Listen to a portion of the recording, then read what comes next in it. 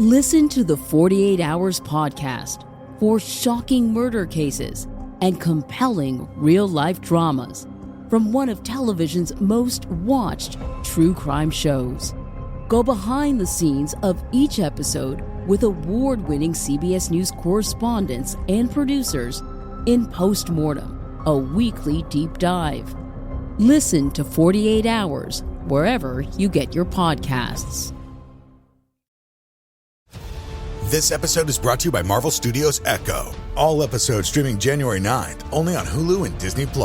Rated TV MALV. Viewer discretion advised. Maya Lopez has betrayed her mentor, the notorious Kingpin. Now on the run, she returns to her hometown to prepare for the biggest fight of her life. Don't miss Marvel Studios' hardest-hitting series yet. An epic 5-episode event. Marvel Studios Echo. All episodes streaming January 9th, only on Hulu and Disney+.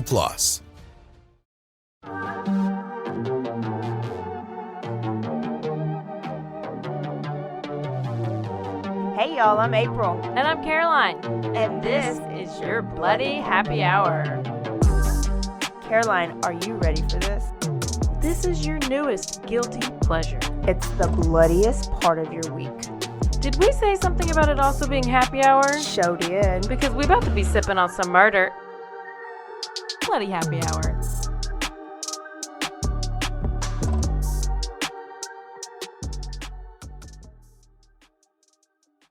Hey y'all, this is April. This is Caroline. And we have a special guest here. Go ahead. Should I say hi? Pete, this is Pete.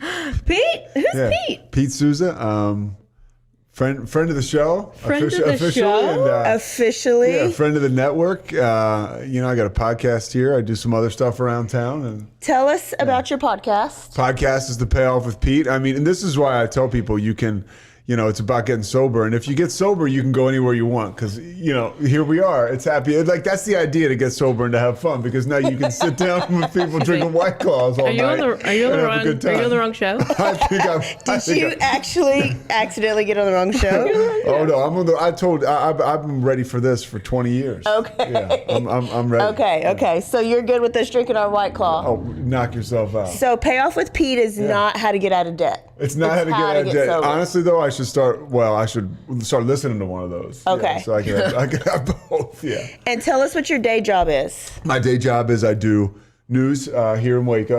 Do the morning show. I get up real early. But I'm shot out of a cannon tonight because I got tomorrow off, which is good. And I do some other stuff. I do some sports play-by-play. Yes. So I try to keep busy. Yeah. So if you recognize his voice, it's because he is Waco famous. Waco famous. I'll take it. Pretty much. So what we usually do is we embarrass all our guests. Okay. And we ask random questions. Wait, first, I want to ask something else about your podcast. Mm-hmm. Is there a story behind how you came up with the idea of doing that, or do you have a personal story? Yeah, I mean, I'm sober for about 10 years, and my whole thing was, I was pretty screwed up. So I felt like, when I got my, back on my feet, and I was living a life that I was fulfilling and fun, I was like, and I got a platform, with the stuff I do. I was like, I gotta I want to share it. And there's a lot of other people out there who want to share it too. So it's cool, just to have some guests on and talk to them about what it's like on the other side. Because it can suck when you're in the middle of it, but it's really good on the other side. Yeah. Nice. Yeah. So Pete's not drinking a White Claw. No, I'm drinking a fountain soda from 7-Eleven. A fountain soda. Love it. Uh-huh. Is it Dr. Pepper? A little bit of Dr. Pepper, a little bit of Coke Zero. Yeah. It's a suicide. Do you remember when you mix a bunch of drinks, people would call them suicide? No. Or a rainbow? I don't know, April. I know that's what my brothers used to call it. You put a whole bunch. Did they put call it suicide. A bunch of alcohol in there as well? Because And then they used to call it at school, and then the teachers would have to say, "Let's just call it a rainbow," because you can't say talk the about F suicide. word. Yeah. Okay. Well, he's enjoying his Coke Zero and Dr. Pepper, and we're honoring Hunter Biden again with his with this White Claw. Speaking of sober, Speaking of sobriety. far from it. My buddy and I were talking about some of those Hunter Biden videos that I saw this week. Well, you know, April doesn't know anything about anything that's recent. She knows about, she's FBI. Crime stuff. Yeah, she's FBI. Yeah. Well, I like to dig into like the pop culture stuff or like the news. Real news, yeah. But it's just because it's so crazy. It's like, it's just being ignored. Like, it's no big deal, you know. So when that video came with him drinking the White Claw in the bathtub and smoking the crack pipe. At the sober house. At the sober Or the house. recovery center. I didn't know that's where it was. Yeah. It was like at a, he was at a recovery center. Yeah, see, I got to do a little more digging. And this is right in my it was wheelhouse. like this green, like tub. It was like a. It looks like a happy endings room. Yeah. Like the room you go to get the happy ending after your massage. I think that's it. It's probably where he was. Okay, Pete. Caroline got a new purse. Did you put it on video for a reason? On purpose? Oh, yes. It's front and center. It's front and center. Her mom, your stepmom, bought her that purse because it has upside down pineapples on there. If you hear the term or you see an upside down pineapple, does that mean anything to you? No, I knew somebody once who a pineapple meant that they were stressed out, so it was a code word. Oh. Pineapple. But upside down pineapple doesn't mean anything to me. Okay. Well, What am I missing? Well, you're missing a whole community. It is a community. A whole community. Well, that's an upside down tree too, not just the pineapple. Yeah, I mean that's a literal. That wonder is what a that community. means. I don't know, but that's all kinds of different upside down, sideways, straight up. I mean, it's upside down pineapple means you're part of a swinger group. Oh no, really? Yeah. And they say if you have red mulch in your yard, then that also is a sign. I don't know. April I just know about the keys in the bowl. And Yes, that is That's another sign. the one. but if you thing that I carry know. this purse around, you're putting people are gonna be like, Yeah. a swinger. So she's gonna go around town later on. So I'm like, oh. I would be interested to see what kind of reception you got. You No, should I always say I want to like do record an it. experiment, and You'd I have want to go to a bar or restaurant and put it down on the bar. Right you know? there. Yeah, that's the move. That's the move. Yeah. That's the And it move. comes with like a little zipper thing inside of it. Nice. She was she was so giddy when she gave it to me. It's a nice bag. I mean, yeah, it is. I would take it places. I probably would. You're about to. You're about to. So what's your question for him? Were you ever given porn as a child? No, but I found it. You found it. Okay. Yeah, I was looking for it. And yeah. then that's what led to the drinking and the Well, it's all, wild it's all activities. about how you were raised. No, some You say know, that. we've had a lot of serial killers and murders who like were really into porn, or their parents gave them porn, or they were just like into all honestly, this I feel stuff. like I escaped because I don't know how the kids are dealing with it today because it's everywhere. Everywhere. I had to look hard and work for it, and I'm sort of lazy. So I mean, when I found it, I found it. But Yeah. Yeah. Well, that's a good question. That's the one talk about. I've never been asked that in my life. How many tattoos do you have? One. One. What is it? Tell us the story. Oh boy. is it tramp stamp? No, yeah, it's right I back here. knew it was. In Male between my tramp shoulder blades. And honestly, it means inner strength. People ask me now what it means because it's like a Japanese symbol. They say, what does it mean? I say it Orange means mistake. I got it.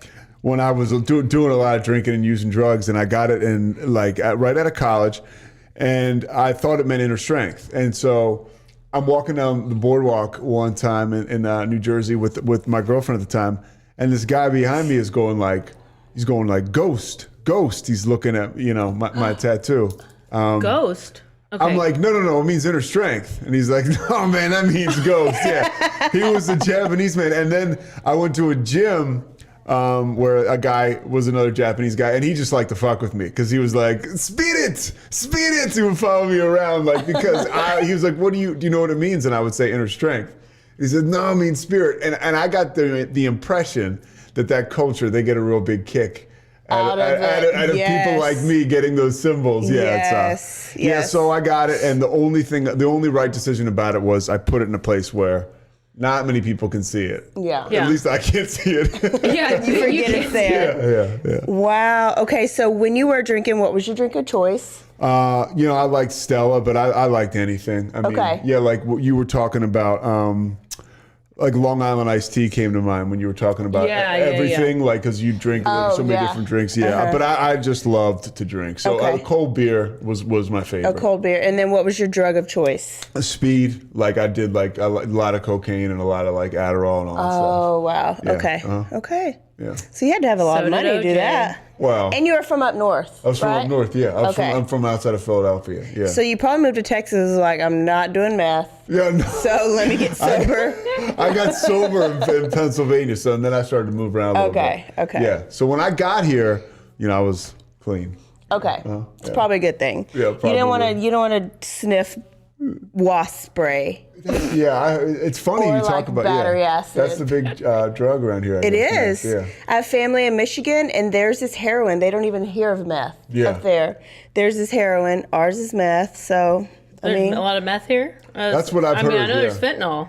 Fentanyl, I've heard, recently, and that's scary. Apparently, you pick up a dollar bill on the street and you're gonna go into like That's a coma. as a drug addict, I'm very relieved. I feel like I'm blessed. That's another thing, like the digital porn, like with fentanyl. I miss that because a lot of guys now you hear are just going to do a line of cocaine and it's laced with fentanyl, and Right. they They're die. That's done. what, yeah, that's like Done. they just, and you can touch it and you can.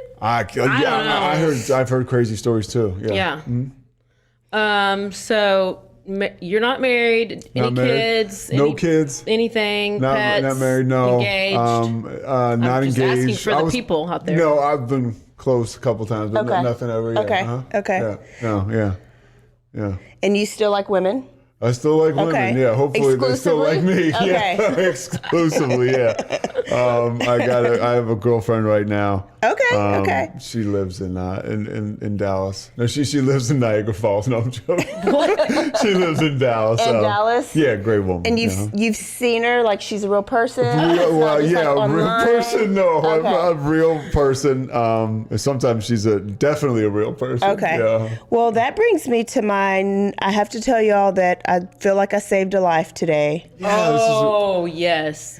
I did, and I've only told Caroline a little bit of the story, but me and two friends were in Cameron Park going for our walk, and we see a little girl that from far away, she was dressed kind of like Little Bo Peep or like Dorothy from Wizard of Oz.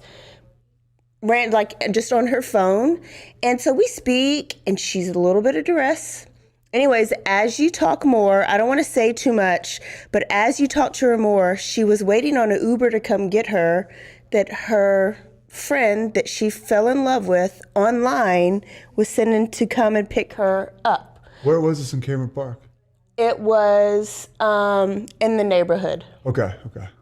And What's the name? there's a neighborhood, yeah. There's a whole little beautiful neighborhood over there. And so we said, oh, so have you met them before?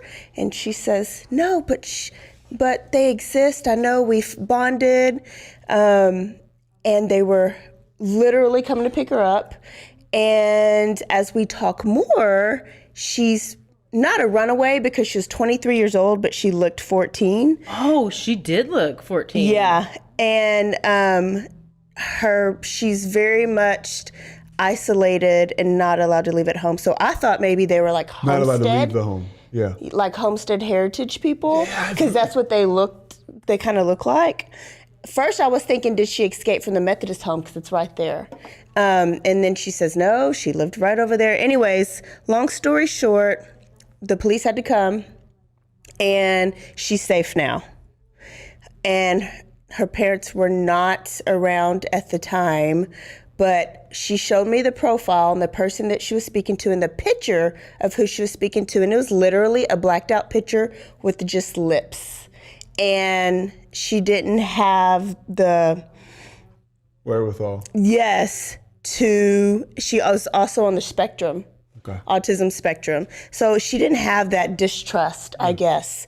But this is what I told her before I found out she was on the spectrum. I was like, friend, I don't want to continue my walk, and then I see you on the news. You think you're meeting your love, However, You're going to be trafficked. it's going to be an old redhead white man with a little bitty penis, and he's going to put heroin in your arm and like trade, like men are going to pay him to have sex with you.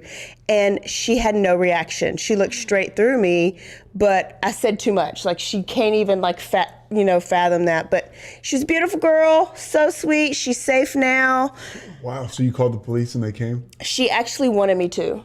I gave her like some options, and she was like, can we call the police? Because she actually wanted to leave home. She didn't want to go back home, but she didn't have. So that was a highlight of my day. Yeah, should be a highlight. Yeah. Yes, but I'm scared to say too much because the parents are here, and they probably don't believe in Spotify. But what if their coworkers do? And then they'll tell them, because I don't want the daughter to get in trouble. Even though she says nothing abusive happens at home, it's like the Stockdale family that we talked about last month. Basically, the mom is like that. Well, good job, because honestly, I'm jogging through Cameron Park a lot, and I see stuff like that. I just keep it moving. I mean, and it's not because I really need like a cry for help. Like that's sometimes I have that, naive approach. Like, oh, she must be coming from a costume party. Really, it was like, something like that. Yeah. Well, at first we were talking about how Cameron Park's haunted, and then we see this person there that doesn't look like she's in this century, and I was like, what if it's a ghost? Yeah. What if she's really not there? And then it kind of progressed. But if I was still a runner, I would not have stopped, because you don't want to mess with your time. Yeah. Totally. You're trying to get your PR, but I can't run anymore, so we were walking, so we had the time. That's impressive. Yeah. And then, she told me another story this week. I don't know, but we have to talk about the 40th anniversary of the Lake Waco murders, which was yesterday for us, a week ago for when y'all hear this. And did any of y'all see the article that came out? Yeah. Yes. Tommy Witherspoon at our station, KWTX, did it. Yes. And so now finally, and I guess it's always, Waco's, I think, always have been divided. It's coming out more and more that David Wayne Spence might have been executed for something he did not do. What do you think about? Do you know the story? Yeah, I know the story. I mean, I've literally learned it. I learned it a little bit yesterday. I got a chance to really kind of dig into it. It sounds like so wide. Here's what it sounds like to me. It just sounds wide open. It didn't sound like there was a great enough reason to convict him or to have him executed. If there was, that wasn't in the article, and I don't put that on Tommy. He's got it all. So yeah, I think there's something missing there. There's a lot missing. Oh, there is. So what do you think is missing? What do you think is a big thing? I mean, I wish we had DNA, but we don't have any. So I don't know that they can ever be ruled out, because we didn't really have evidence to convict. It was bite marks back then, which we don't even believe in now. Yeah. But there's not anything else to really, besides like bad reputations and amazing investigator, may he rest in peace. That was Truman. Simons, right? Yeah. But so many things have come out since then that would raise a reasonable doubt. So I think if he's going to court today, David Wayne Spence would not been of. It seems so like blurry in the sense where like the guy mistook the girl for somebody else. Like that right there, I was like, that's crazy. Yes. And the victim, Jill's family members, messaged us on our Bloody Happy Hour podcast, and she thanked us for telling the whole story. Most people just talk about the book, but not all the other stuff. They do not even believe in that, in the murder for hire and mistaken identity. And so the mom is probably about to pass away not knowing who actually killed her daughter. So that was interesting to me. If the actual victim's family doesn't believe it was David Wayne Spence and the Melendez brothers, then I gotta go back and listen to your podcast for that. Part 1, Part 2, and we recorded we interviewed the lawyers, Russ Hunt and Walter Reeves. So go listen and then tell us what you think. I will. Because it's a lot. Yeah. Can we talk about Jen Shaw? Who's that? Jen Shaw from Housewives. Yes. Yeah. Yes, Pete. Okay. Yeah. So, she was, while on the show, on the Housewives show, do you watch Salt Lake City Housewives? No. Well, during the season, like season But I did 2, meet a Mormon last week and I asked him a bunch of questions about porn. Oh, Yeah. and? But go ahead. They're not allowed. Okay. Obviously. Well, so Neither she, was I. she was on the Sprinter van bus with all her other castmates, and she gets a phone call, and she's like, oh, I have to get off the bus. My husband's in the hospital. So she gets off the bus and leaves, and then like within minutes, like all these police like surround the bus. And then she goes to her house, and then they finally like catch her, and they take her to the station to question her. So she was being investigated for this like telemarketing fraud scheme, big, huge like scheme that she did. And there's like several other people involved. So then they ended up like indicting, is that the right word? Like, and so she pled not guilty. And she had an assistant who was like her main guy. Like he would feed her bananas. I mean, it was just like this whole thing. Like, and they had each other's back, you know. Well, then he was also going to get indicted, and he was going to turn on her, and he was going to testify against her if this goes to trial. The trial was supposed to be next week, And on he's the dead. 18th. No, so she is pleading not guilty. All the other people involved have at this point like pled guilty, and they're like, there's so much that's like going to be against her, and she's going to have no chance. So literally like 2 days ago, she sneaks into the courthouse and she pleads guilty. Oh. And what it is I have it exactly. It is a Shaw and others carried out wide-ranging telemarketing scheme that would defraud hundreds of victims of people who are the age of 55 and older. So they would sell business services to these people, and they would say that you can have this online business. And what she would do was she would help get leads, and then the leads would then call the people. And they would be the ones to make the fraudulent calls. So they would go up and people, and they'd be like, hey, if you pay $15,000 to set up this business plan, like, we'll build you this online store and you'll start generating all this revenue.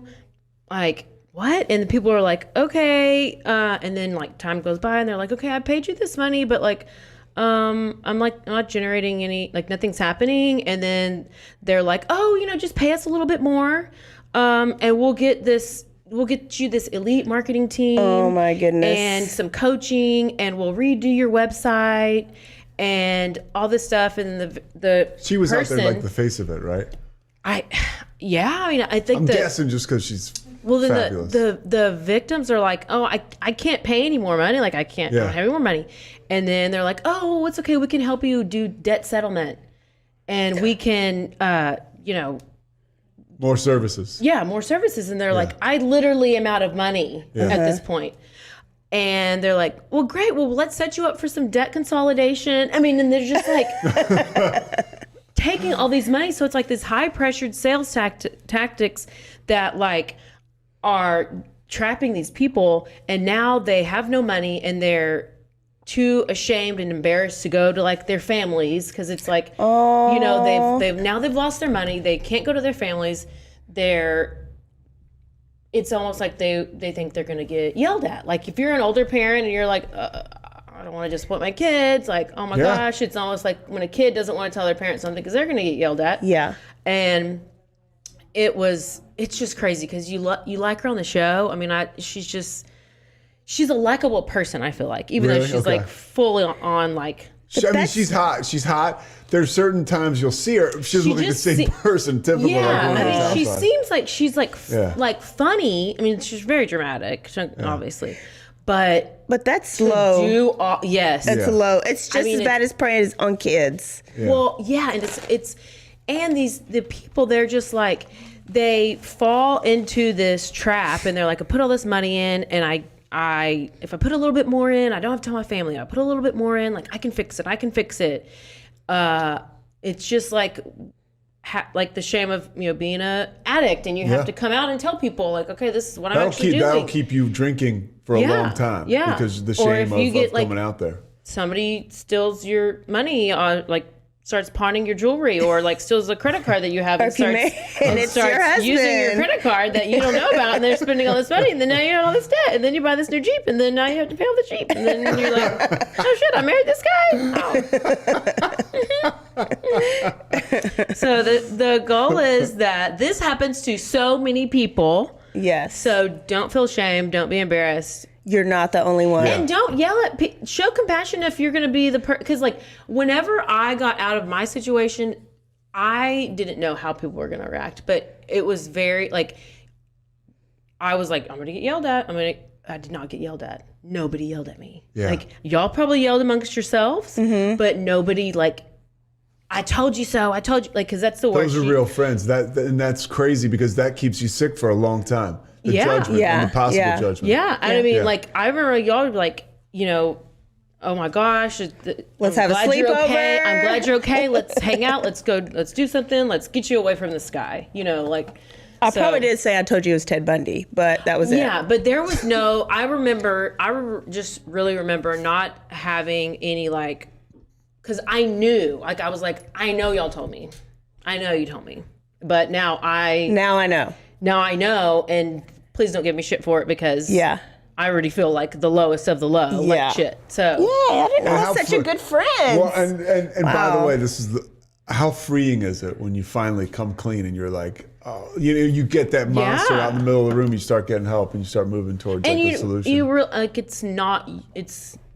Well, you have to realize it's not your fault, even though it's hard too, because it's like with this, like with these people, old people getting taken advantage of, it's like, it's not your fault. They have these high pressure sales tactics and they are good at their job. They're good at their job. That's like with these con men and these people who are trying to talk, and they just are persuasive. And, you know, us. It's easy to say Yeah. Us people over here who are just like, and you know what the hardest thing is? bad. Just the last thing to say? It's hard to say, I got to get the hell out of this. Yeah. Some people go their whole lives in a situation that's totally fucked up because they can't find that gear to be like, oh shit, guys, I need help. Like, I need you to help me get out of this. Yeah. You know? Yeah. Yep. Wow. So thank you for coming to my TED Talk. Yes, part 2. I'm excited for the story today. You should tell them.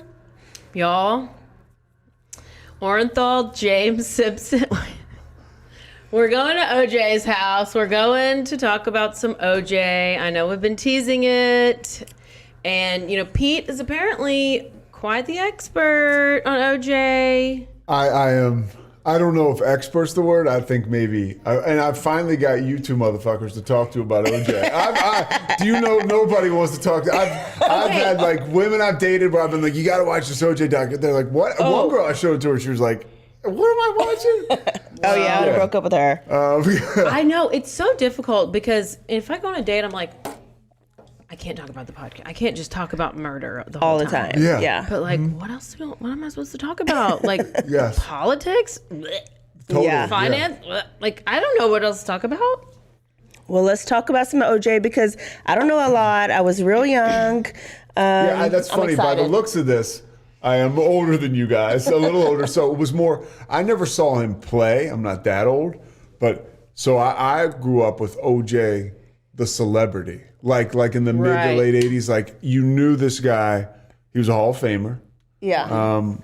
Can I give a little intro about him? Please. Now? Yeah. So, how old were you whenever it all happened? Okay, so I was 94. Yeah. So I was going into my senior year in high school. Okay. So yeah. How about you, April? Where I don't know what I was in 94. How old were you? When were you born? I was born in 81. So you were 13. I was 13 years old. Okay. I don't know what grade that is. Well, I don't know. You're probably going into. I wasn't watching porn at that age. Yeah. Okay. How about you?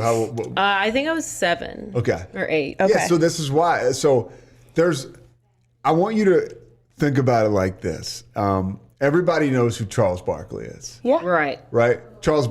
And imagine if Charles Barkley was like a moderately successful actor too. And then all of a sudden his wife came up dead and he is missing, and he's on the run, and his wife, he killed his wife and another woman. It's like The Rock. It would be The Rock. For right now, it'd be The Rock. The Rock. Because if you were a wrestling fan, which I was, he was a Hall of Famer, and then now he's a decent actor, and then what if his wife's dead? Oh, yeah, his wife and another person. And another person. And it was so inconceivable. I remember coming home. I was with my buddies probably.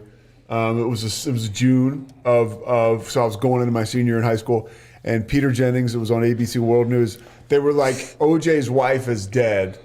OJ is like, they just showed him on the screen. It was, for me, it was inconceivable that this guy had done it. It was just like, oh, that sucks for OJ. His ex-wife, it was his ex-wife at the time. Right. His ex-wife is dead. But it was, the guy ran for 2,000 yards, was the first running back ever to do that. He won the Heisman Trophy. He was a Hall of Famer. The Bills sucked, so he never got to experience his full potential. But it was also a point in time when he walked away from football because his skills were somewhat eroding, but there was so much more out there for him. I mean, he literally went from football right into being like in big time movies. He wanted to be a serious actor, and he could never get that. So he was actually even smart enough and funny enough to be in the Naked Gun movies. Naked Gun, which was like that he had a shitload of success with that. So he was a studio analyst for NBC, the NFL and NBC, and then he would travel to games as when the last Super Bowl OJ worked was the Cowboys, and they were ironically playing the Bills, and he was the sideline reporter for the Super Bowl. Like, so he was that big. Like he was, he's the third man. He was on Monday Night Football for a while. He sucked. So they took him off. I remember that. But yeah, so I mean, this is a guy who it was inconceivable that he could, and these were brutal murders. I do remember the chase. Mm-hmm. I didn't really know I knew he was a football player. Yeah. I remember seeing it, but I was never watching the trial because I was like 8 or 9 or something. But did you know that his father was a drag queen? Yeah, his father was and gay. That is some great digging. Which one's? Who is his father? The black one or the black or white? Yeah, they're both black. Cause Mom, OJ had black parents. Eunice, and Jimmy Lee Simpson, and he was there in San Francisco. The father was a well-known drag queen. Closeted homosexual, though, kind of, but he was a drag queen, yeah. Yeah, and it was like later announced that he was gay and he died of AIDS. Oh. Well, his parents, they were still together. They separated, and he was raised by his mom, and they lived in the projects, and he had like a couple of siblings. He was in some gang for a little bit. He was in a little bit of trouble. Yeah. But then he met Willie Mays at one point, and he said, the baseball player, and they said that that's who encouraged him to get out of trouble and maybe focus on sports. Yeah, it kind of changed his life. Yeah. All right, so I wanted to touch on a point that this is being brought up here. Some of the people think that's how OJ was so. Because back in this day and age, being a homosexual was not. Oh, he was super embarrassed about it. And being a homosexual in black culture was just not. Oh, yeah. Still not. There were two things that he was very beneath the surface was furious about. People said it's possible. Yeah. And he never expressed this. Hey, yeah. Pete, I'm just going to tell you this: if you get in trouble, just look straight into the camera and blink a couple of times. Yeah, for people that don't know, Mike has too many people. His dress code is here. pineapple. He already told us earlier. Yeah. You guys good? Yeah, Yep. man. Yeah. Okay. All right. Just go jump in front of the next train. And so wasn't he for the NFL, he was the first draft pick for the Buffalo Bills? I don't know if I think he was the number 1 draft pick. Yeah, but he was supposed to and change he played the for Bills. USC. Yeah, and that's what I wondered. What college he Yeah, went to. so he played for USC, and then at what point was he named the Juice? I think he was O.J. Simpson. He was the Juice in college. Okay. Yeah, so a lot of people refer to him as Juice. Yeah. Yeah. Uh-huh. So what did he have I read that he had the largest contract in professional sports history At the time. At the time. And that gives you an idea. Which is probably nothing now. It was Nothing now. $650,000 over 5 What? years. Yeah. And then there was apparently this standoff. Like he was like trying to negotiate to get to that level, and they were like not wanting to do it. And then that's when he was like, "Oh, I'm just going to go start doing some acting." So that's when he started doing some acting. And then, exactly. In 73, I think, is when he ran for over 2,000 yards. Yeah, I think he got more money. Yeah, and so he started to make more money. But yeah, that's exactly. I didn't even think of that when we were talking earlier. It was one of those things where nowadays a player would keep working because there's astronomical money in it. But back then, it's like, okay, I can go act and make the same money and not bang myself up. So was he in any Hall of Fames? Yeah, he went to the NFL Hall of Fame. Is he still in any Hall of Fames? I don't know. I think he was. That's a great question. I know. I think he's in. I know he was inducted into the NFL Hall of Fame. He was found not guilty. So, he was found not guilty. Look, April's giving me the side eye. He was found not guilty. Yeah. So. But you like with Chris Benoit, remember the wrestler that killed his? Yeah. They inducted him and then they pulled it back and they actually they took him off of everything, WWE. So I wouldn't be surprised Chris Benoit. Wow. Yeah. Well, I do know that in 1975, People magazine talked about how he was the first Black athlete to become like a lovable media superstar. Oh, and was he the first Black Heisman winner? No, I don't think so. But he was. Well, he had like, as far as like acting and stuff, because there was a bunch of like civil rights stuff was happening, and it was a big deal because he got this like Hertz sponsorship. Yeah. So they were like, well, like we don't really have a Black person who's in commercials who people are wanting to see. And people didn't necessarily see him as Black. He wanted it and why people loved OJ. And people would ask him, how do you feel about this or this? And he was like, oh, I'm just OJ. Yeah. Like, I'm not Black. I'm OJ. Yeah, I'm OJ. And so Which pissed some of the civil rights people off back then, like Dr. Harry Edwards, all these guys who were kind of at the forefront of that movement. OJ was kind of like, I'm good. Like, I got to keep my brand strong. Yeah. In the Hertz commercial, he's jumping over suitcases. Go, OJ, go! And go, this old white woman is saying, go, OJ, go. And that kind of gave you the idea of like his marriage with society. You know, how lovable he was. Yep. So he had this huge thing with the Hertz rental car company. So he was very lovable. He was charismatic. He had these endorsement deals, and wouldn't you guys say he was a good-looking dude as well? Oh, yeah. Yeah. People were naming their kids after him. Well, let's go to his. He met Marguerite Whitley. Was it in high school or college? Well, he met her and they knew each other for a long time. That was his first wife. And I guess when he was 1967, they got married and they had 3 kids. Is she white too? She's Black. She's Black. Okay. So this is before I think he decided he wanted to be. Okay. So he had to divorce her real quick when he figured out I didn't want to be Black. He had her. He had the wife at home. Yeah. He was over here cheating on her left and right, cocaine, all the stuff. So they have 3 kids. They have Arnell, Jason, and Aaron. Now, did you know that their 3rd kid, Aaron, actually drowned in the swimming pool? Yes. So he lost a child. Oh no! Like that's traumatic. 2 years old or something. Apparently, their marriage never recovered, and he kind of blamed Marguerite because I guess she was at home. Yes, right. Yeah. So let's keep the trauma tally mark. So you got a gay drag queen, LGBTQIAPK dad when before any of that was accepted. Yeah. Yep. And then now you lost a child. kid. Yes. So then he meets Nicole Brown in 1977. So he's still married. She was 18. She's working as a waitress at a Beverly Hills club, this place called the Daisy. And, they just started, he met her and then he left and came back again, had dinner there again and saw her again. And then they started hanging out and they started, whatever. He was still married, but he eventually filed for divorce. And this was like just a few months after they lost that. Yeah. So it was in March 1979, he filed for divorce. And then he went to marry Nicole, not until 1985. So they dated for a while. Okay. And then they went on to have 2 kids, Sydney, who was born in 85, and then Justin, born in 88.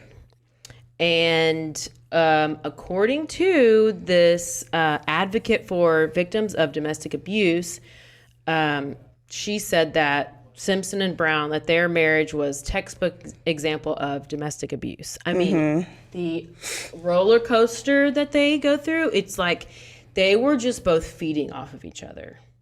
It was They were toxic for each other. 100%. So Nicole signed a prenup, and I've only saw this one place, but she said she was prohibited for working while she was married to him. Control. He was, I've never heard very, of that. Yeah. very controlling. I had a situation once where I was dating a girl, and I was like just kind of out there with her, and I was talking with my buddies a lot about it. He goes, dude, who do you think you are? And my buddy was like, you think you're OJ?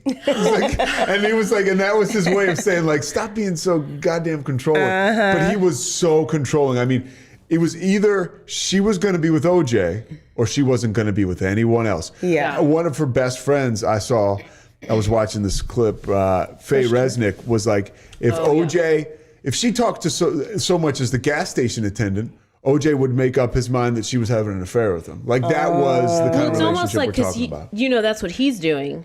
He's cheating, and so then he's thinking that's automatically like that's what she's doing. Yeah. Which they both were actually sleeping with other people while they were together, because they were together for it was a span of over 15 years that they were together. So throughout their marriage, there was 62 incidents of domestic violence. Wow. Several previously were unknown to the authorities, but they had found 62 on record? Well, I think that Well, and then they found these letters that she had written, and they were in a safety deposit box. And it said she was conflicted to report them to the police because she was so financially dependent on him.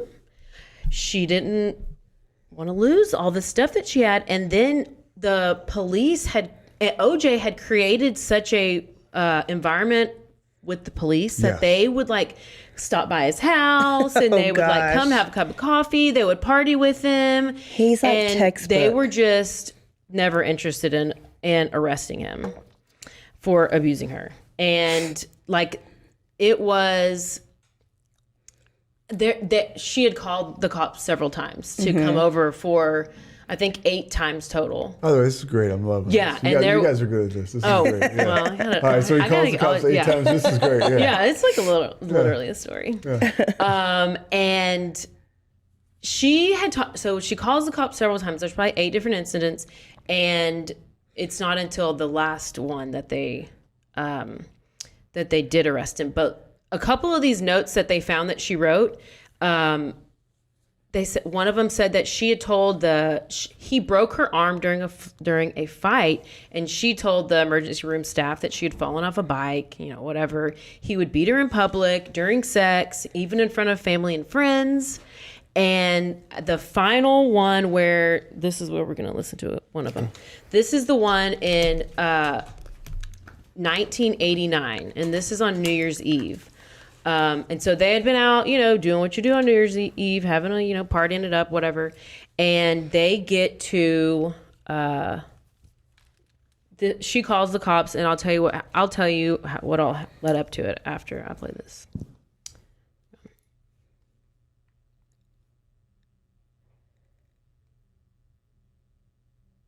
911 emergency. Can you get someone over here now to 325 Gretna Green? He's back. Please. Well, okay, what does he look like? He's OJ Simpson. I think you know his record. Could you just send somebody over here? Okay, what is he doing there? He just drove up again. He just drove up over? Okay, wait a minute. What kind of car is he in? He's in a white Bronco, but first of all, he broke the back door down to get in. Okay, wait a minute. What's your name? Nicole Simpson. Okay, is he the sportscaster or whatever? Yeah. Okay, Thank you. Wait a minute. We're sending the police. What is he doing? Is he threatening you? I'm going nuts. Okay, has he threatened you in any way, or is he just harassing you? You're going to hear him in a minute. He's about to come in again. Okay, just stay on the line. I don't want to stay on the line. He's going to beat the shit out of me. Wait a minute. Just stay on the line so we can know what's going on till the police get there, okay? Okay, Nicole? Uh-huh. Just a moment. Does he have any weapons? I don't know. Okay. He went home, now he's back. The kids are upstairs sleeping, and I don't want anything to happen. Okay. Has he hit you today or no? No. Okay, you don't need any paramedics or anything? Okay. You just want him to leave? My door. He broke the whole back door in. And then he left and he came back? And he came and he practically knocked my upstairs door down, but he pounded it, and then he screamed and hollered, and I tried to get him out of the bedroom because the kids were sleeping in there. Mm-hmm.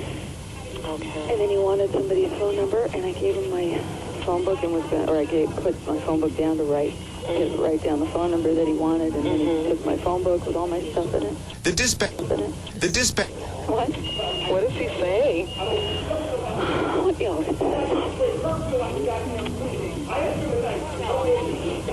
Units, your domestic violence at 30 Correction 325 South Gretna Greenway is now too high. The suspect is now entered in the shelter and it is refusing to leave. It's code too high. Incident 4221 RD 825 children involved.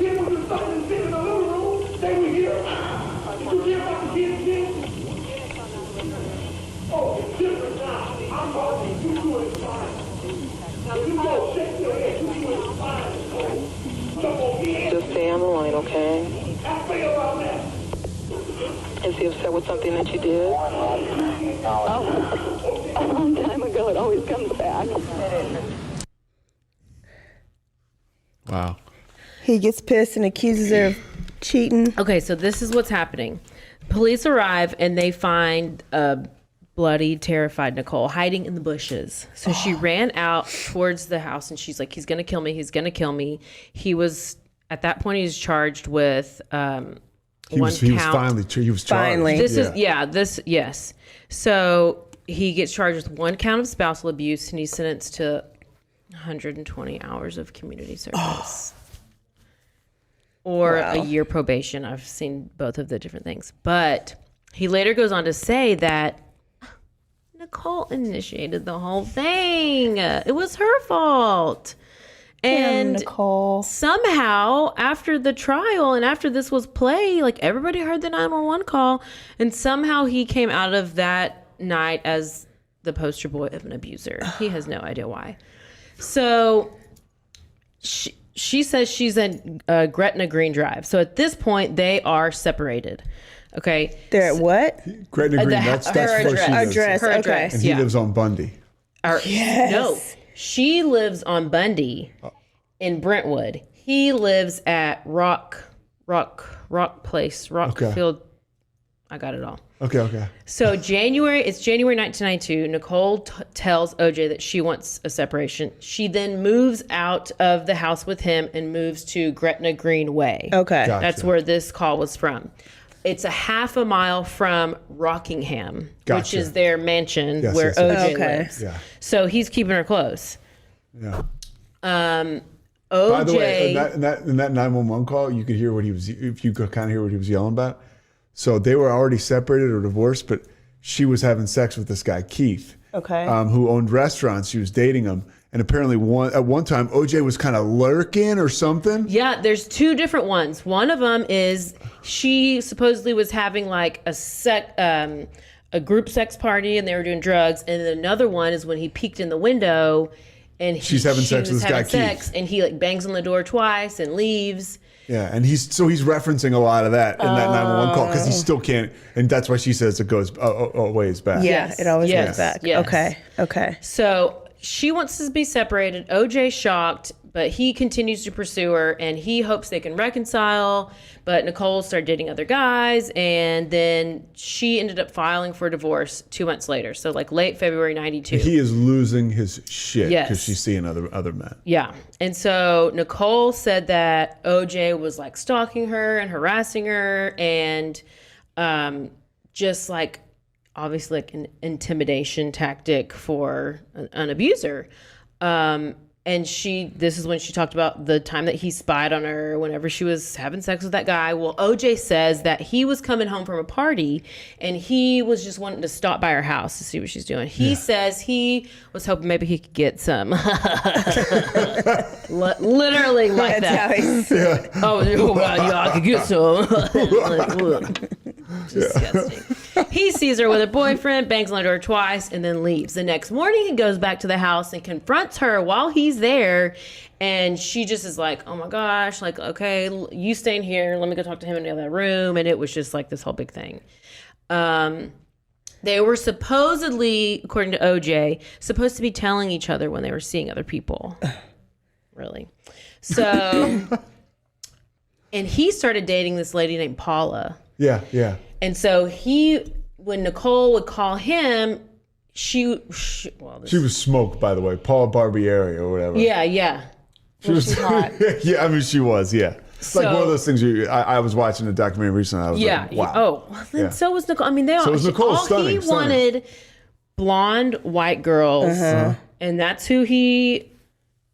That was his thing. That was his type. Thing. That's who he wanted. And she needed to find somebody just as rich as OJ so she could afford to not be with OJ. Yeah.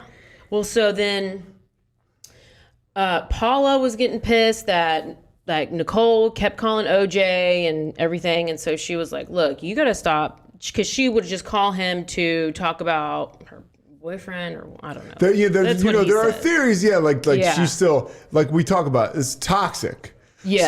So it does like, I think they were having sex every so often, the two of them. Like, so, I mean, there was that still going on. Mm-hmm. It was real messy. Yes. So it's like over those next few months, they were like kind of on again, off again. They were, like right? Is that what you're... Yes. Okay. They would stay at his house, they'd stay at her house and all this stuff. And so just then, feels messy, right? The second one, the spying incident, that's October 25th, 1993. She called the police again. She says he's going nuts. He's going to beat the shit out of me. Mm-hmm. Police come. And she says he gets this very animalistic look in him. His veins pop out. His eyes are black. And he's just cold like an animal. And it was just very weird. And it scared her. Scary, yeah. And so this is what she tells the officers.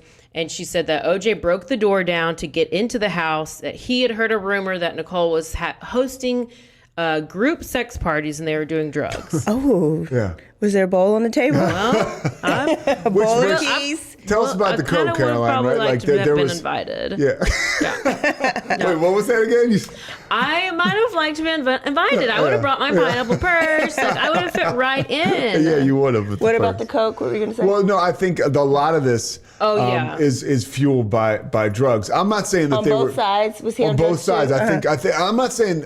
And I'm being like I'm so into this kind of shit. I've almost searched to see like were these people like 24-hour drug users? It doesn't seem like that. OJ maybe later on after but it seemed like they partied a lot. They did party a lot. I listened to a podcast where Crime and Sports. Yeah. And they were referencing a book they read, and it was while he was still married to Marguerite, and saying like one of his former Bills players, like he'd go stay at their house, and like they would just have hookers come and coke, and they're like, oh, just keep the coke coming for them because after I'm done with this one, I want the next one, and just like. Yeah, they couldn't hang out with him because he was. Which think about it in that time. Yeah, coke was people were like, let's go. I mean, like it wasn't. It was like starting to become like glamorized. Yes. Well, then, and I'm thinking too, like CTE. We didn't know what it was back then. Could he have? I know. Does he have? What position did he play? He was a running back, and you're absolutely right. You get hit a lot, and hit a lot in the head, and those helmets back then were about like the leather of that bag. They had like one little strap in the front. Like I have a picture of it. And it's so we'll never know until he dies, and we can do an autopsy. That's a great point. And it's not an excuse because he could very well just be ignorant on his own. Yeah. But when it comes to any of those, Chris Benoit had it. Aaron Hernandez had it. Time. Now when it comes to any of those, but then that goes back to us is we don't want to think that our star people are that evil, so let's give them an excuse. Is it CTE? Is it drugs? Is it whatever? Sometimes they could just be evil like everybody else. Yeah. So over the next few months, they continued like they're on again, off again. Like they were going to movie premieres. They were going to football games. They were going on vacations with friends. And it was a few months. And then I don't know what it was that finally caused Nicole to be like, okay, this is unhealthy. I want to get out. OJ's got to stop. Like I'm done. So January 1994, she moves into a condo, and this is when she now is living on Bundy Drive. Yeah, okay, Bundy. That's where the murders happen. Listen. Yes.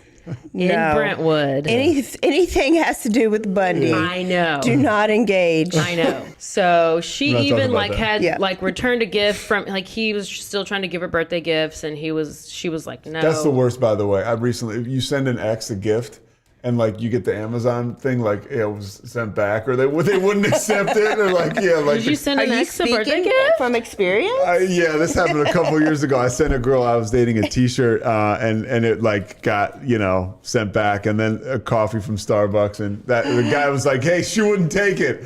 So that was You gotta take your hints though, OJ. Right? That's it. That's a wrap. It's over. Yeah. That's unfortunate. I would accept any gifts you are willing to give Thank me. you. Let me quickly we know there's this guy who's involved in this story, very small involvement, OrenthalJames. Okay. Do you remember him? No. Oh my gosh, you literally don't know anything. Nothing. So, Brian OrenthalJames, like that's how you know him, OrenthalJames, the blonde guy, looks like a surfer guy. He was the world's famous house guest because he was living in the guest house of the Gretna Green property.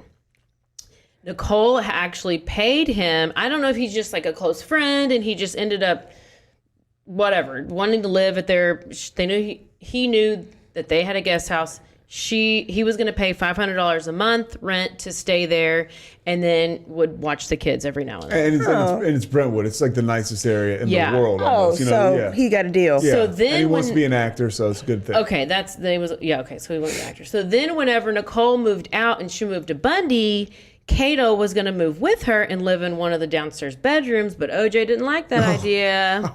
And so he offered Kato to stay in one of the guest rooms at his Rockingham mansion, rent-free. And just Kato to not stay with Nicole. And therefore sealing his fate to be forever entwined in the famous murder case of OJ and Nicole. So... Kato, not to jump forward, was him and OJ got McDonald's. Yes, on the night of the murder. Yep. It's like as close as OJ came to an alibi, but it still wasn't any good. Oh, it's totally Yeah. I So wonder where Kato is now. Oh, you he's can find around. him. Yeah. So let me see. Okay, in 2006, this is where. We're getting close to the night of the murders. Okay. 2006, OJ does an interview with like a on-camera interview because he writes this book called If I Did It, right? So when did the book come out? Was that later? No, it was like 2000. I can't tell you exactly. Probably around the same He's time. like Rain Man of OJ. Yeah. Oh, I know. Date. Yeah. So 2006, he does this interview and he's talking all about. He appears to be confessing to these killings, but he insists that they're all memories and everything's hypothetical. Mm-hmm. And then the interview ended up getting shelved because it was too controversial and it was not going to be put on TV. And then it somehow reemerged in 2018. And now now? Yeah. Literally. What? I never even knew about it until 5 minutes ago. It was kind of like around the same time he was being let out on parole from his second, Vegas stuff. That's so right. It was right around 2018, around the fall. I don't know what the exact meaning was, but yeah. So he, this is his account of what happened. He felt if he could claim it was hypothetical at this point, that it would have deniability, like with his children, and. We've already talked about this. Who else was the person to hypothetically confess to all of his crimes? Ted Bundy. 100%. So I got a little bit of a longer clip, but this is literally from the interview, and it was too juicy to not play. Yeah. Okay. So it's about, what did I say, 6 minutes? Yeah. So it's coming right after the break. And now a word from our sponsors.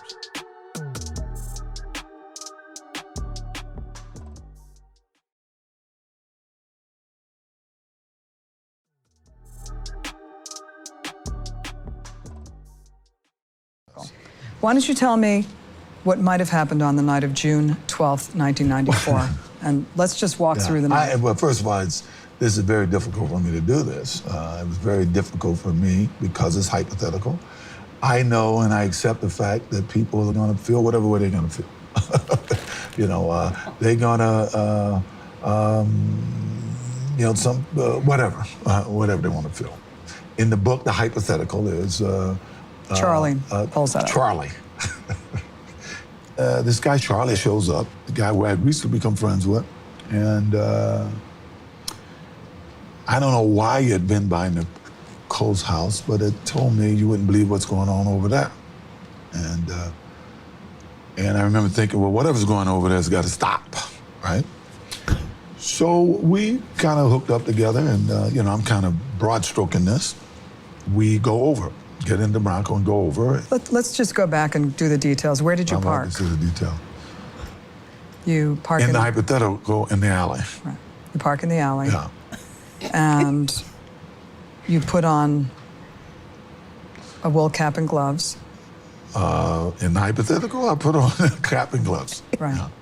And you reached under the seat for? A knife. I always kept a knife in the car for the crazies and stuff because you can't travel with a gun. And I remember Charlie saying, you ain't bringing that. And I didn't, right? But I believe he took it. Charlie took the knife? Yeah. In the book.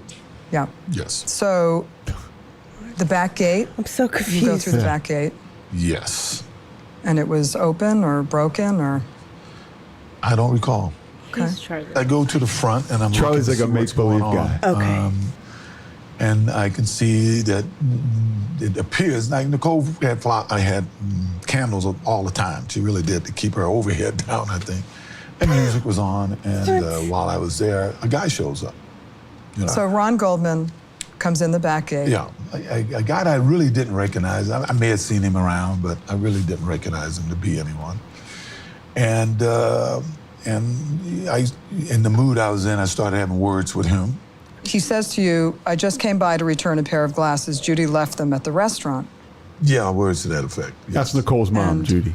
Okay. And He was I on- don't know if I believed it or didn't believe it. It was pretty much immaterial. So he's done because, lost the hypothetical part. You know, I was more concerned about everything that was going on, you know, and was fed up with it, I guess. And You get into a fight. Nicole comes out. And a verbal fight.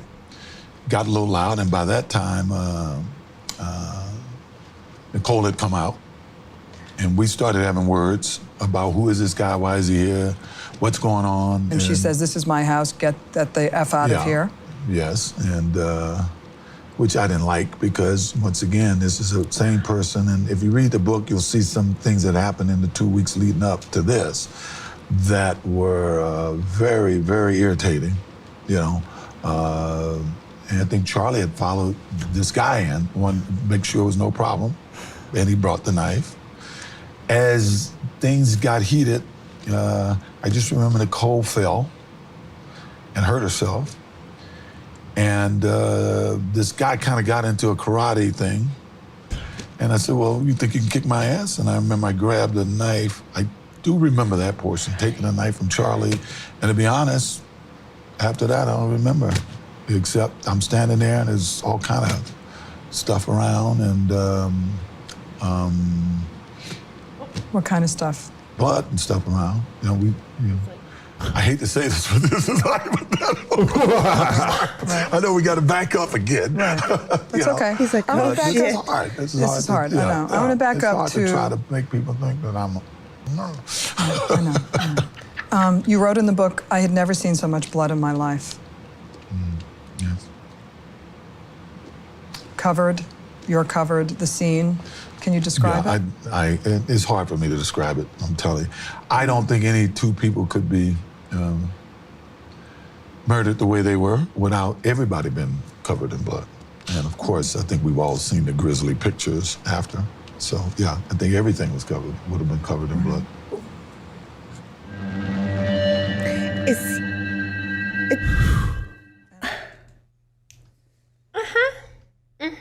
I'm a little speechless. He couldn't even keep the hypothetical part going. No. Then I was confused about Charlie. I guess Charlie was... It's almost like that's in the his book, alter the guy's ego. name is Charlie. Well, Charlie is just a guy that OJ has, like, if he did it, Charlie is somebody that would have been there with him or hypothetically was there with him. Because he said I grabbed the knife from Charlie. And some people have said that Charlie is OJ, another part of his personality. Right, like his Obviously. alter, like Yeah. Oh, Charlie did it. Like that was my dark side. Yeah. Wow. But I need all the black people to listen to this because black people still like to say OJ didn't do it. literally, it just admitted it. Literally. So, let me tell you what's going on here. If you don't know, on the evening of June 12th, 1994, Nicole and OJ attend their daughter's dance recital, and now he was out of town, so he had flown in, or he was probably hanging out with Paula somewhere. He had flown in, and they were gonna. Nicole's family was going to go to dinner at Mezzaluna, this restaurant where she had previously dated the owner of that restaurant. That's who OJ spied Keith on them, and it was Nicole and Keith. That's who he watched have sex. And so OJ asked to come along, but Nicole says, no, you cannot come along. So that doesn't make him happy. One of the waiters at the restaurant is Ron Goldman. So this is where this guy comes up. Shit. I'm trying to do the noise and it spewed everywhere. Yeah. There we go. Okay. Yeah. So Ron Goldman is there. He's a waiter. He is... they had become friends in the past weeks, and Nicole and the kids they leave the restaurant, they go home, back to the Bundy Drive, and Nicole's mom had left her glasses at the restaurant, and then Ron was like, oh, I'll bring them to her house whenever I get off. So he gets off at like 9:50, and meanwhile, OJ and Kaylin, they're going to McDonald's to go get some dinner. What? Oh, McDonald's is always part of it. Now, rumors circulated that OJ had been on drugs at the time of the murder, and then I did hear that it was reported that they actually went to Burger King because that's where a drug dealer known as JR had been selling crystal meth. Now, I don't know. I've only heard that one You got place. too much money to do crystal meth. Listen, I don't know. I just really think he went to McDonald's and maybe had some cocaine there or something. I don't know. But he was with Kaylin at that point. So... And Kaylin's corroborated this. Yeah. Okay. So Nicole's neighbors end up testifying that they hear her dog barking. So this dog barking is like basically how they're found. So the dog's barking. It's like 10:15. Dog starts barking. A dog walker like walks by and comes across the dog and notices that it's bloody legs, bloody like belly on the dog, and it's like, oh my gosh, where did the dog come from? Like, what's happening? And then the dog like follows the man home, and the man's like, I don't know what to do with the dog. And then anyways, some other neighbors finally go and know where the dog lives, and they go up, and that's whenever they see Nicole and Ron's bodies. I mean, Nicole's basically decapitated. Tell me, just wait for the details, because Yeah. they are about to come, and you better take a shot because it's very, very gruesome. So the bodies are laying outside of the house. Police are called immediately to the scene, and this is what they find. The front door to Nicole's condo was open. The bodies were found. There were no signs that anyone had entered through breaking in, so there's no sign of forced entry.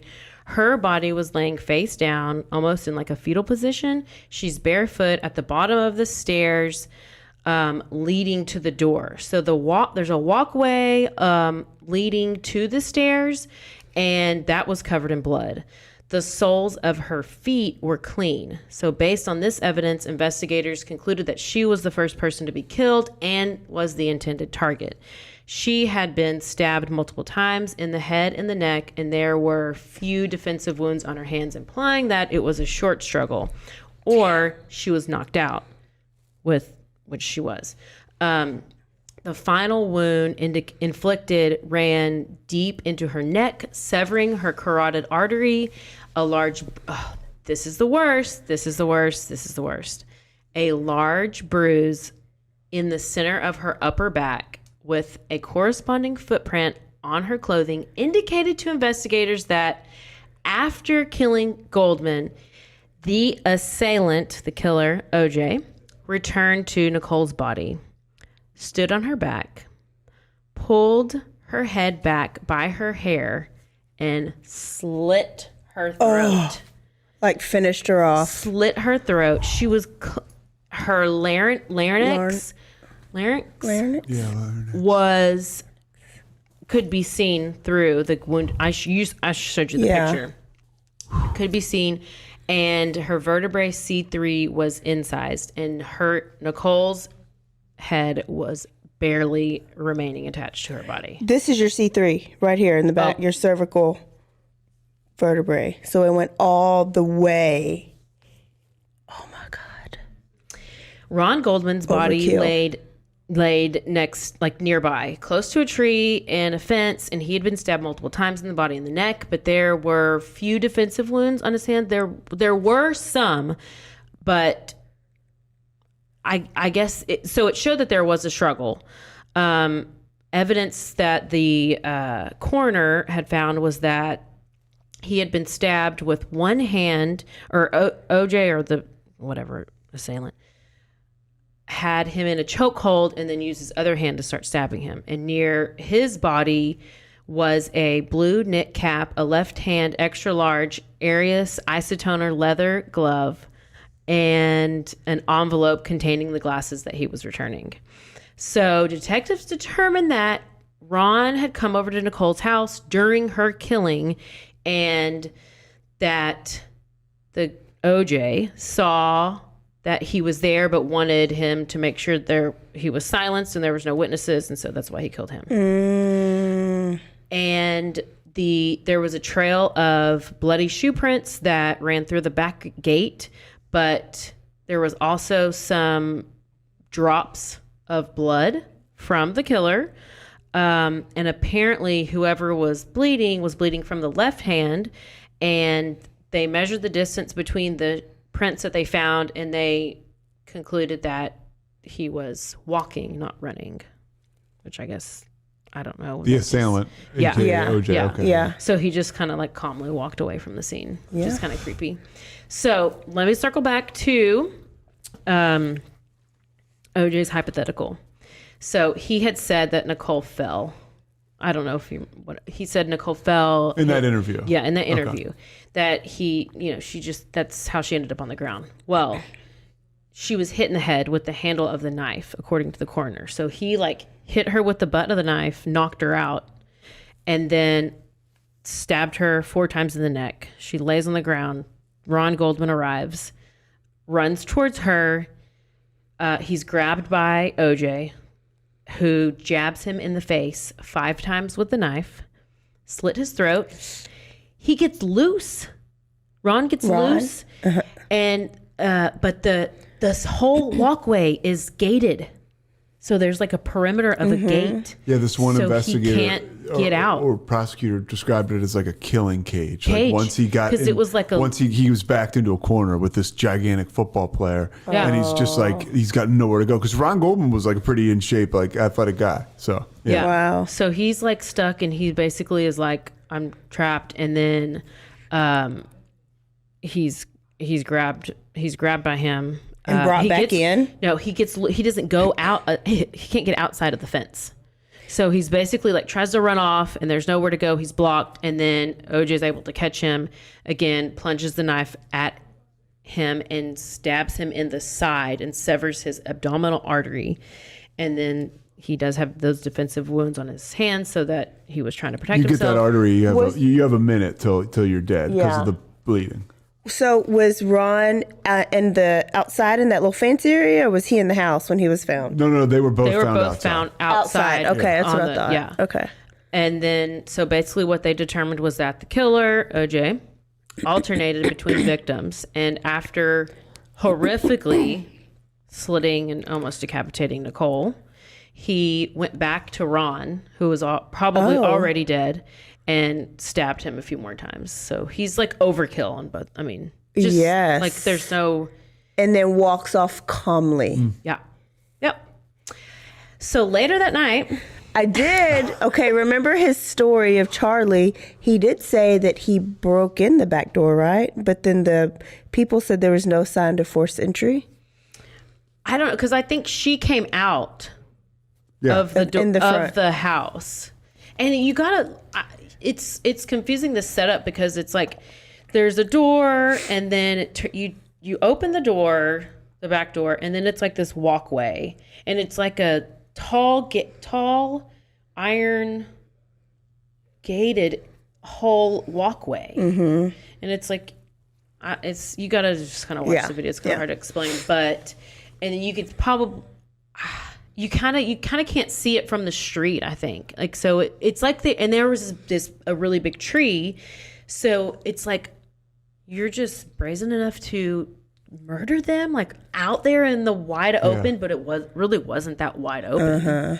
Because I didn't remember where. I was like, did they kill him inside? Like, I thought they were outside. Yeah, no, they were. And apparently, this is like it's not like the premeditation is like it doesn't seem like there was much to it. Like Marsha Clark, the woman who one of the prosecutors said, like he had called the woman Paula. She didn't answer.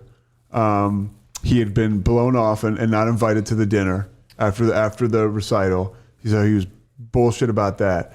And he just kind of lost it. And so like it was like literally a passion killing or a rage killing, right? Because it's not like very well, like you said, like it's 10:15 and he's just like stabbing people and like right out in the middle of the street almost, in a beautiful neighborhood. So OJ is later that night. He has a flight that's scheduled 11:45 to Chicago because he's going to do this Hertz golf tournament. Yeah. So he got somewhere to be. How could he? I mean, I don't think he planned. I mean, that's what he just said. Like it's premeditated, rage killing. Yeah. I think it just pissed. Yes. Probably on drug rage. Yes. I for sure think that. So, like, he needs to get home, and he has a limo that's coming to pick him up at the house, take at him to his the airport. house. So he has to go, take him to the airport, and all this stuff. So he, what does he have? Maybe some blood? A little bit. What's he gonna do with those bloody clothes? What does he do? How does he get away with all this? He's gotta be full of blood. Takes off his shoes, takes off his bloody clothes. He just kind of like bundles them up. And they never find the clothes, right? No, but there's I have an interesting. But is there not blood in the Bronco? There is. There is. So that's.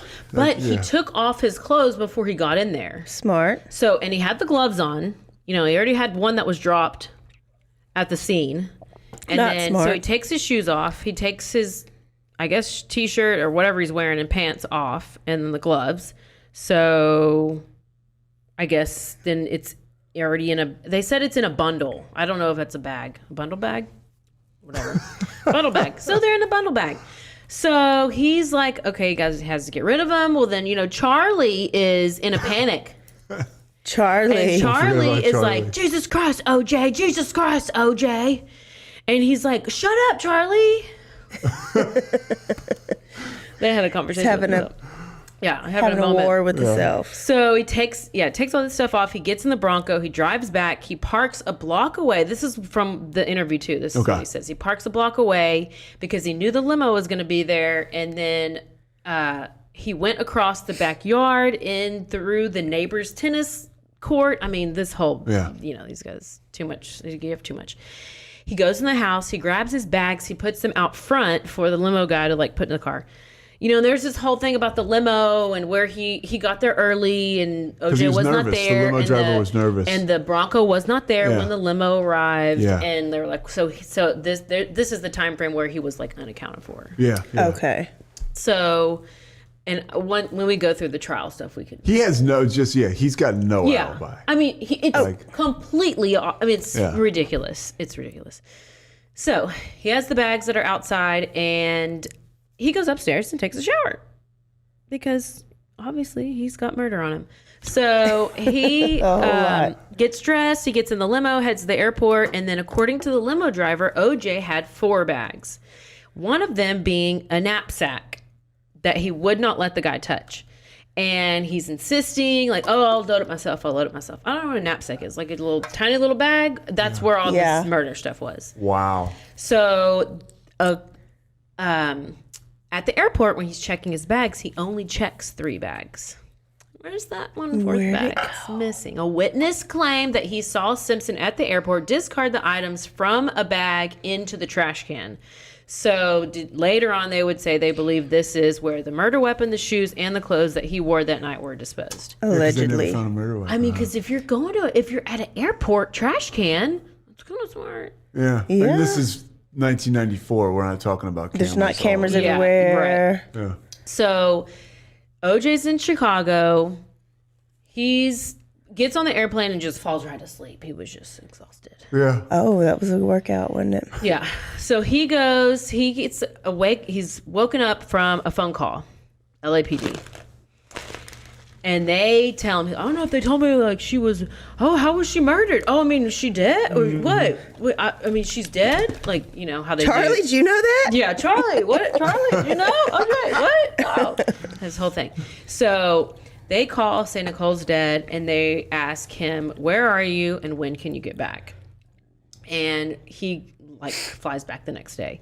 But once he is back, they notice that he has a cut on his left hand. His one cut. Not the left hand. I was not the hand with no glove.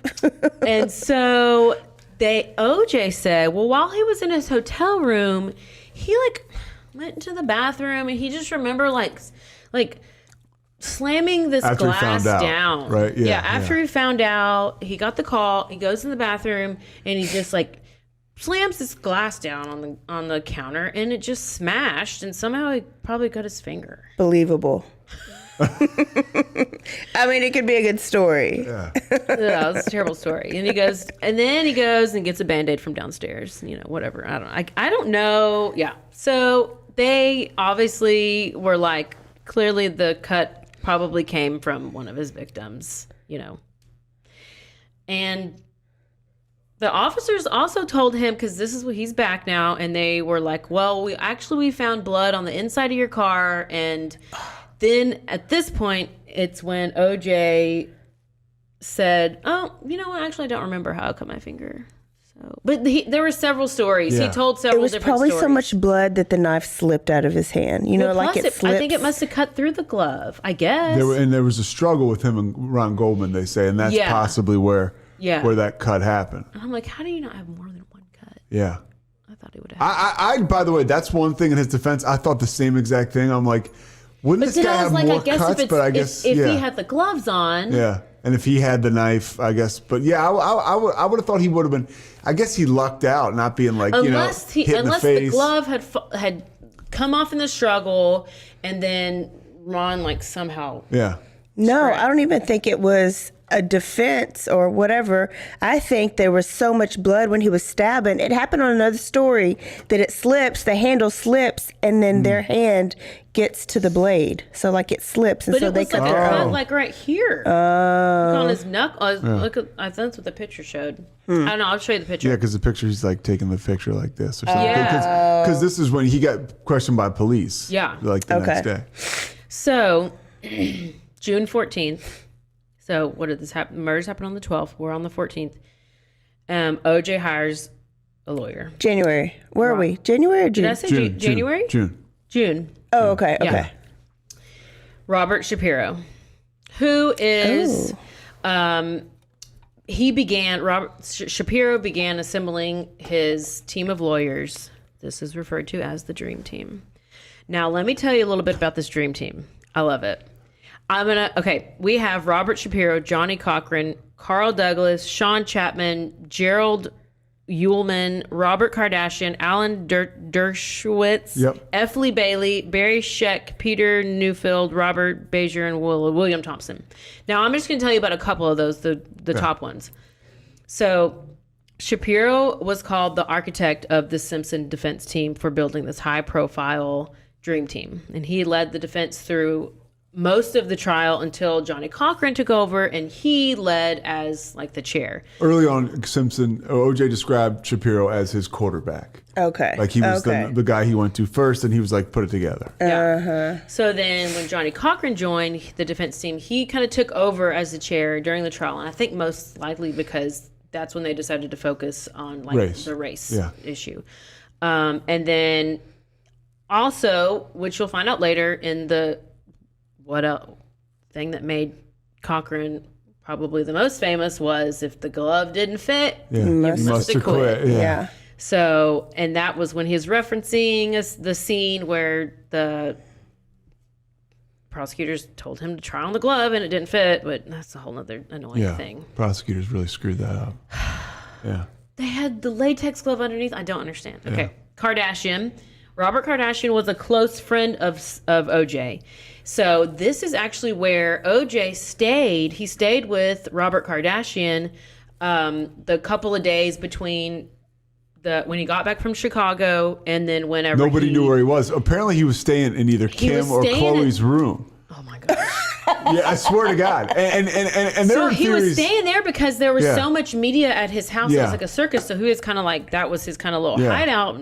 Wasn't hiding out yet. Apparently he, people say that, and anybody can like weigh in on this, that without Bob Kardashian being on that dream team, that the Kardashians really aren't who they are today. Like you get the Ray J sex tape and all that stuff, but it doesn't quite take off if it's not the guy from the dream team star. People say that. And like I think he was like he was an attorney, and but then he was like one of OJ's best buddies. Okay, so he must because then they were like boys. I thought Nicole and Chris at one point. They all hung together. I think they were both waitresses or something together before they met the rich guys. I know they were like close Yeah, friends. Chris was a flight attendant. That's when she met Bob Kardashian. But yeah, I think they were like they were foxes together, like back in the scene. Yeah. That's back when she was married to Bruce Jenner. Yeah. Formerly I known need you to as. recognize his real name. I hate to say his dead name, but that's what they call it. And remember, they used to say that that's Chloe. what they call it? I did not know that. That your name is dead now. No, if I go and I'm like, Ellen Page is in Juno. Oh, bitch, don't say it. That's her dead name. Yeah. Because now he's Elliot. And it's called dead naming. Dead name. Okay. Yeah, so I didn't know, but now I just want to teach y'all something. I do remember that there were rumors that OJ was actually Chloe's dad, because remember Chloe had the thick lips and the big booty. Oh, well, now she looks like a. Yeah. I don't know. They're taking their butts out and everything now, and now they're skinny and blonde. Yeah. And they're dating skinny white guys. Except for actually, she just got a surrogate with Tristan Thompson. Yeah. So now she's having another baby with the, Tristan. So that's good. That's good for her. So happy. That's good. It's news. Yep. Okay, where was I? Kardashian. So that's where he kind of hung out before the Bronco situation happened. I have two more. F. Lee Bailey, his most notable contribution to the defense was he cross-examined Mark Furman. And he, like, all these names are coming back, right? He was the Rodney King. He was the LAP investigator.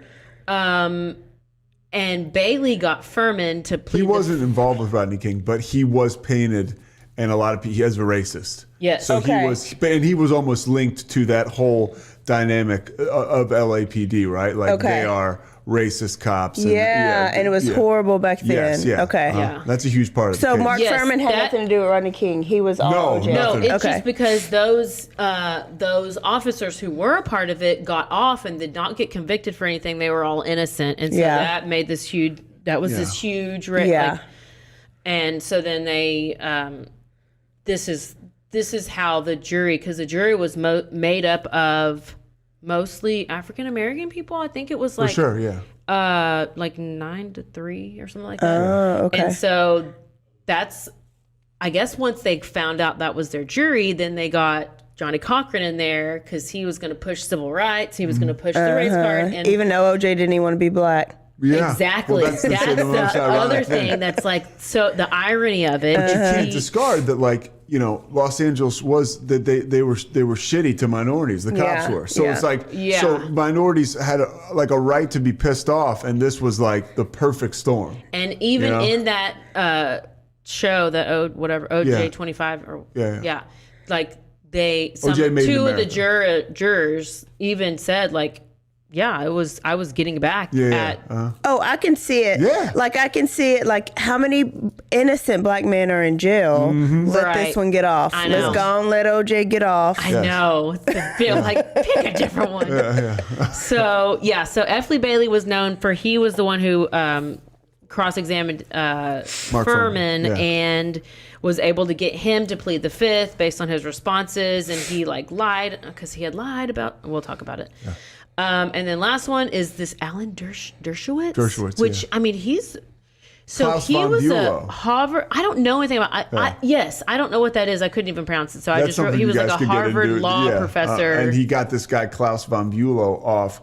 Klaus was a super wealthy guy, and he murdered his wife. I do have a coworker who came in. There was a movie called Reversal of Fortune. Okay. And basically, it chronicles this guy. I think it was like an Oscar nominated or somebody won an Oscar. But anyways, Dershowitz represented this very wealthy guy who got off for killing his wife. And all signs pointed to, once again, this rich guy really did kill his wife. So Dershowitz came into this like, this guy is... he can make you some chicken salad out of chicken shit if you're looking to get off a murder charge. Okay. Not only did he represent that person, he represented Jeffrey Epstein and Harvey Weinstein. He did? Oh... Wow. And he also served as a member of the legal team for Donald Trump during his first impeachment trial. This is all from Wikipedia, so it can be edited. Yeah. Okay, June 16th, moving right along. Yeah. We are still not to the Bronco chase. We are now at the funeral. And We're about to be at Juneteenth. Oh, damn. You are so right. They don't got no chance of prosecuting his ass you on are Juneteenth. absolutely right. So, okay, this was the funeral or wake.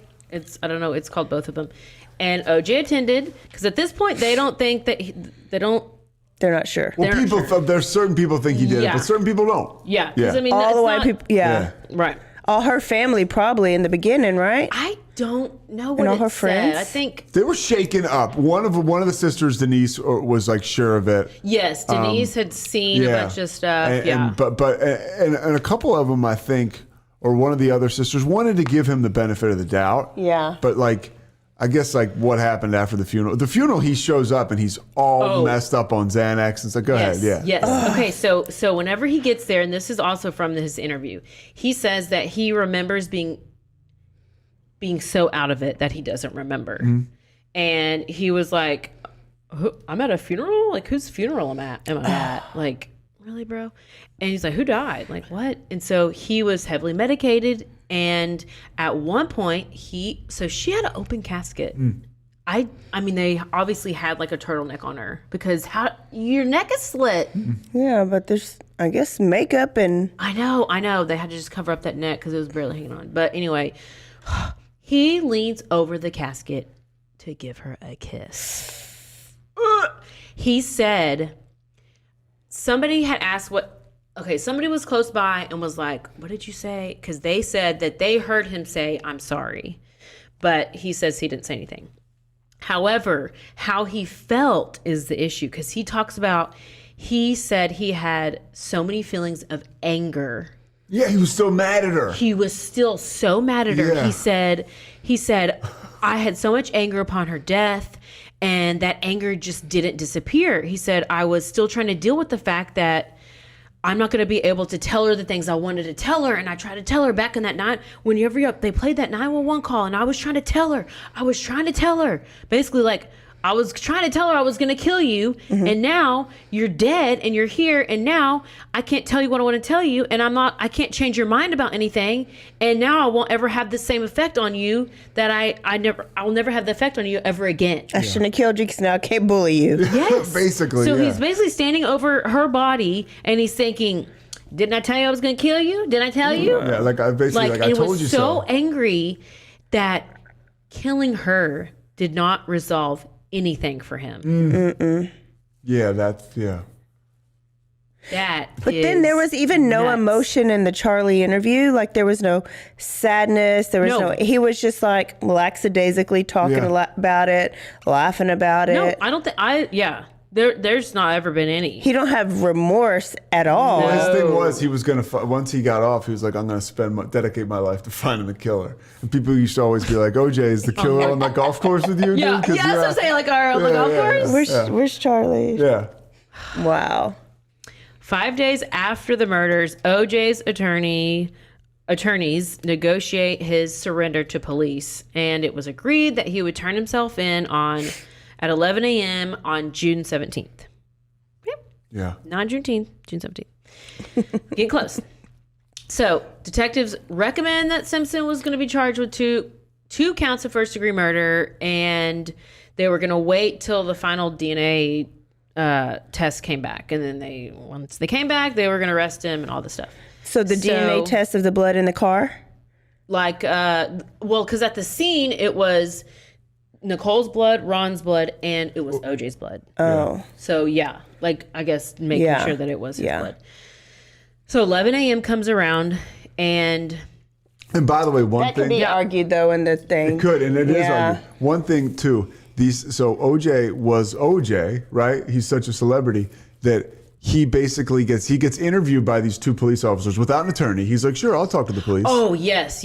So he goes and he talks to these two cops, Lang and Van Adder, right? And he talks to them. They have the one chance to talk to him and ask him anything to get crazy thoughts on the record, and they couldn't pin him down. They couldn't pin down a timeline. These guys bungled that question and answer session. It was really the one time they had him, and then they just let him go. Like, they didn't keep him in custody. They could have kept him in custody. They could have held him, and they didn't. And it was like, well, why would they let him go? Because he's OJ. Like, where's he going to go? And that was like the beginning of the celebrity, like part of this treatment this dude got because he was OJ. Like, hey, he's The Rock. He'll come, so he's going to turn back up. Like, and before him, was there any major, celebrity athlete that committed anything like that? Not that I can think of. I feel like he was the one. He was probably the first one. And then after that, you got Ray Caruth, and you got Aaron Hernandez, and you got LJ made people realize that, oh wait, just because they're celebrities, they are human and can do shit. Yeah. So it's 11 a.m. He's supposed to turn himself in, and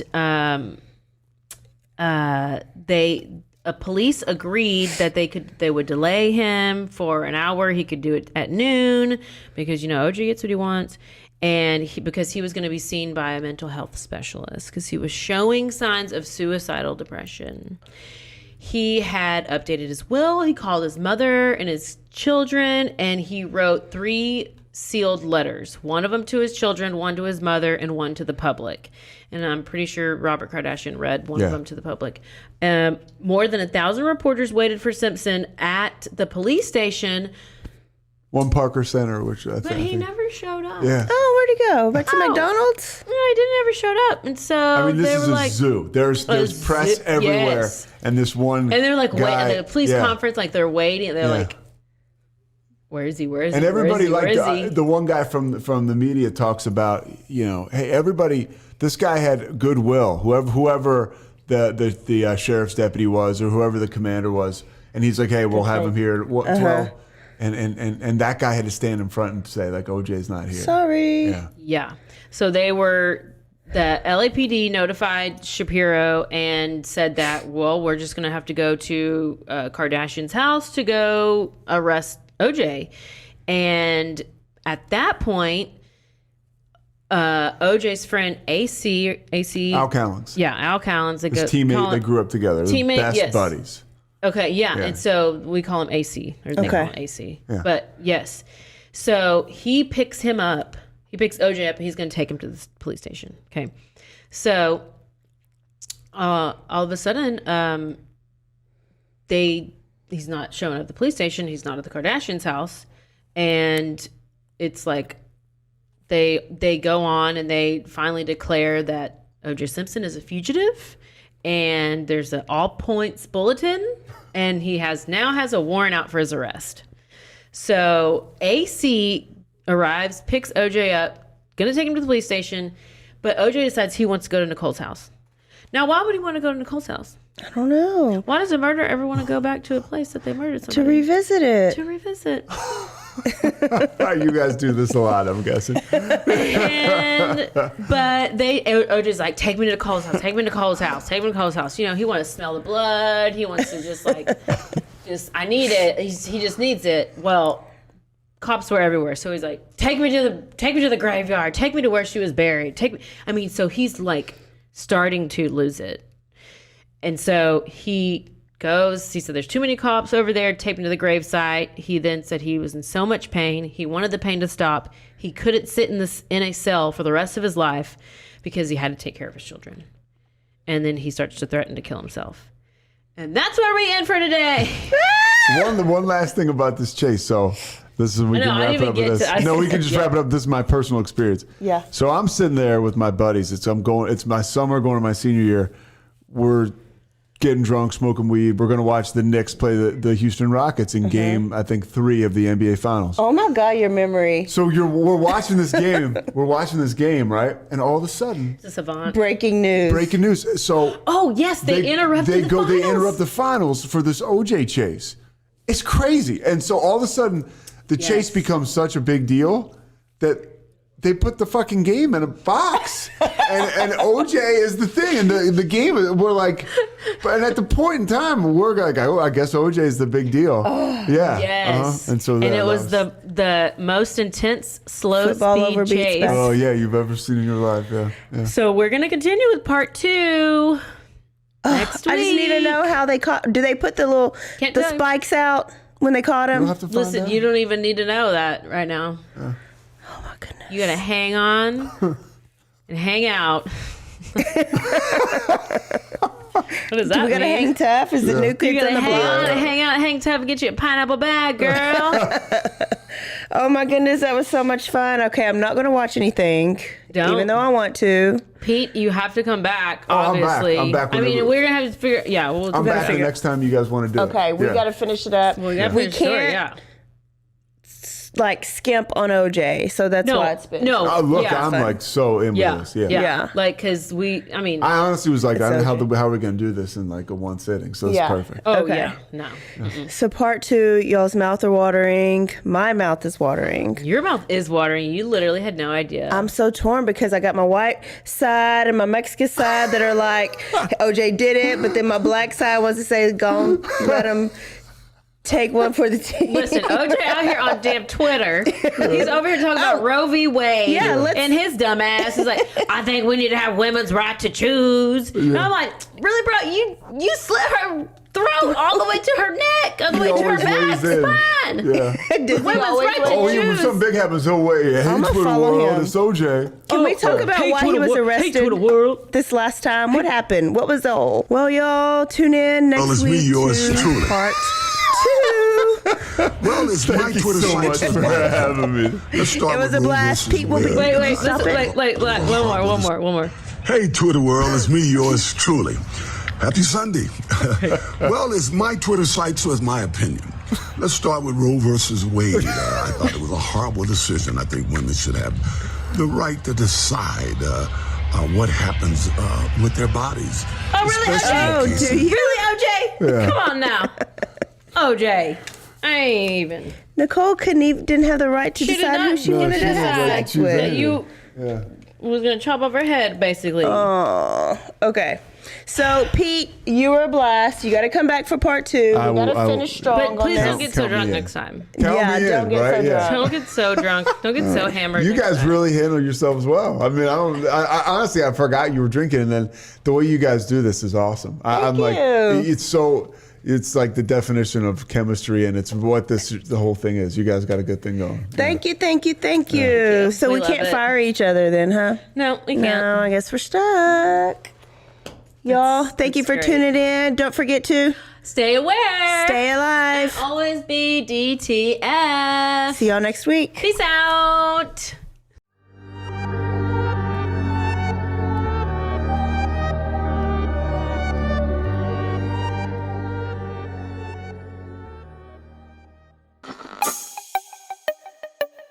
This has been a Rogue Media podcast.